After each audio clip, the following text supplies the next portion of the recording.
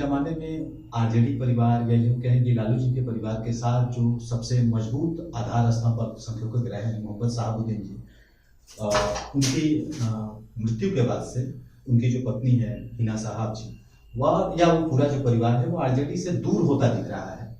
क्या कारण है इसका और इसको आप कैसे देखते हैं? नहीं, देखिए, एक चीज तो आप बार बार इस चीज को ला रहे हैं, तो मेरा सिर्फ ये कहना है कि जो MY समीकरण की बात की जाती है आरजेडी के संदर्भ में, ये आरजेडी का प्रस्तावित घोषणा नहीं है कि हम MY की पार्टी है। ये देखने वाले लोग जो कहते हैं उनकी अपनी धारणा है।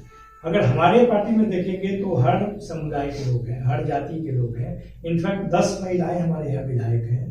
जब अवसर मिलता है तो मंत्री पद भी उनको दिया जाता है।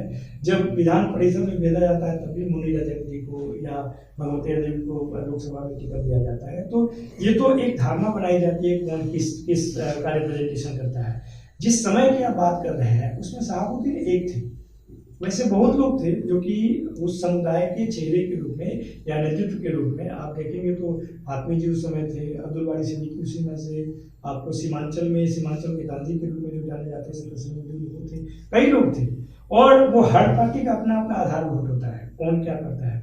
लेकिन जो 1990 का दशक है जिसमें कि मंडल कमीशन के रूप में जो निर्णायक भूमिका लालू जी ने निभाई, उसमें पिछड़ों के बीच में उनकी लोकप्रियता बढ़ी।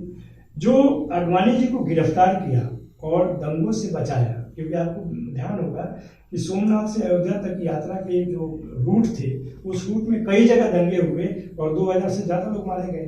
वो यहाँ पे नहीं हो पाया। इस कारण से एक समुदाय जो है सुरक्षित महसूस करता है। उनके समय में ऐसा भी कोई आंकड़ा नहीं है कि कोई दंगा हुआ जिसके आधार पर उनको क्वेश्चन कर सकते हैं। तो ये जो सामाजिक सौहार्द है या इंटर कम्युनल एकोमोडेशन है, उसके लिए उसके आधार पे वो समाज आपका सपोर्ट करता है, समर्थन करता है। और इस चीज़ को केवल बिहार में नहीं पूरे देश में रिकग्नाइज किया जाता है कि जो कम्युनल फोर्सेस से लड़ने के लिए एकमात्र जो कोई नेता है तो लालू जी है। चाहे कितना भी उनके खिलाफ में कोई भी केस हो, वो लगातार या उनके खिलाफ में कोई भी नैरेटिव बनाया जाता हो, जंगल राज के अलावा तो कोई नैरेटिव नहीं बनाते हैं ना। उसके बावजूद भी 2020 में सिंगल लार्जेस्ट पार्टी के रूप में आते हैं कि ये तो जन समर्थन के आधार पर है ना। उसको अगर कोई देखना चाहे कि वो मुस्लिम और यादव के संदर्भ में, तो यादव को तो भाजपा ने भी 2 बार अध्यक्ष बनाया, कहाँ चलेगा।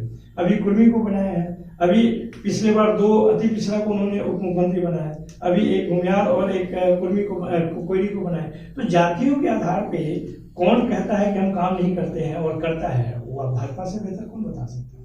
लेकिन मेरा सवाल जो था वो सिर्फ मोहम्मद शहाबुद्दीन से जुड़ा हुआ था। उनका परिवार जो अलग जा रहा है, क्या आरजेडी उनको अलग जाने देगी या उनको अपने साथ रखना चाहेगी? नहीं, ये देखिए, ये भी एक धारणा बनाने की कोशिश की जा रही है। और जिस समय में कोरोना काल में उनकी मृत्यु हुई उस समय भी एक अफवाह फैलाने की कोशिश किया गया और उसमें तमाम तरह के सोशल मीडिया पे चले। लेकिन उसका जमीनी जो हकीकत ये है कि आज पहले भी साथ थे और आज भी साथ हैं और हमें लगता है कि वो साथ रहेंगे। चर्चा ये है कि वो किसी और पार्टी के तहत, और चर्चा तो बाजार का हमेशा गर्म हो जाती है कि एलजेपी की तरफ से चुनाव लड़े। नहीं, 2019 में हमारे टिकट पे लोकसभा चुनाव लड़े, 2014 में चुनाव लड़े, तो पार्टी ने उनको कहाँ छोड़ा है, तो क्यों पार्टी को छोड़ेगी।